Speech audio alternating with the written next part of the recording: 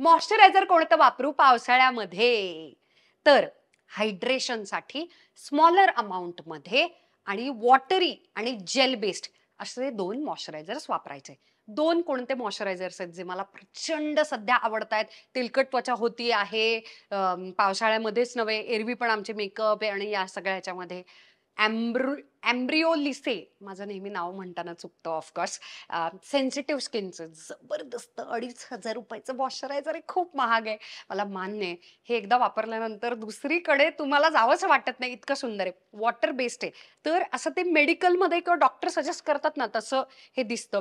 अतिशय पाण्यासारखं आहे आणि चक्क गायब होतं. हे बघा, संपलं. गेलं. थंड वाटायला लागलं. आता मी तेच लावलेलं आहे कॉम्पॅक्ट पावडर लावायच्या आधी. याला आणखी एक उत्तम पर्याय, हे महाग वाटतंय ऑफ अफोर्डेबल पर्याय लगेच तो म्हणजे प्लमचं वॉटर जेल, ज्याच्यामध्ये नायसिनामाइडच आहे मी सांगितलं तसं.